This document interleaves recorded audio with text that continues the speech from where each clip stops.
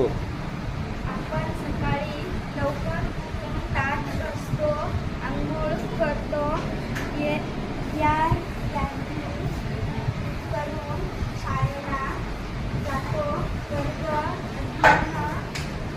अध्ययन करतो, घरी परत खेळून जाण्यासाठी परत आपण अशा विविध कृती करत असतो. आपल्याला दिनचर्याचा विचार करता प्रत्येक कृतीची वेळ ठरवण्याची गरज असते. सूर्यास्तापर्यंत कालावधी म्हणजे एक संपूर्ण दिवस होय.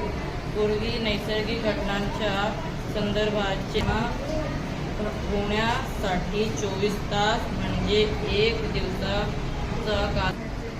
पर्यावरणाचे परिणाम म्हणून आपले